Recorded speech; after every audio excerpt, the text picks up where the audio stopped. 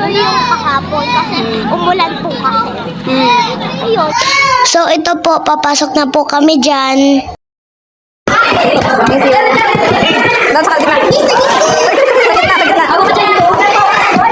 Bawal na mawak, babe.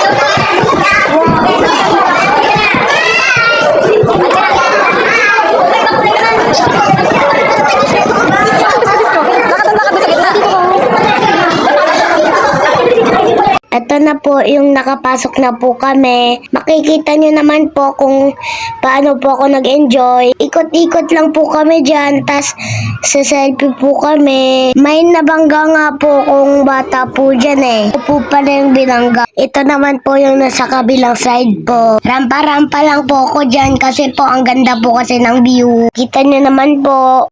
So ayun po. Kaway-kaway lang po ako dyan kasi po ang dami pong nakatingin sa akin. Piling artista ay pumasok na naman po kami dyan sa kabila yung may maze naman po. Nahanap ko po pa nga yung ate ko po dyan. Yun pala po nagtatago. Ginulat niya pa po ako. Ayun din na po namin alam ko saan po kami lalabas.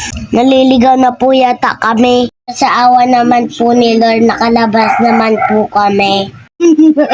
Tapos pagkalabas po namin sa maze. Wow! Maganda pa po yung bumungad sa amin. Gusto ko yung Hello Kitty. So ito na po yung mga picture po na nakuha na po namin doon. Thank you for watching. Bye!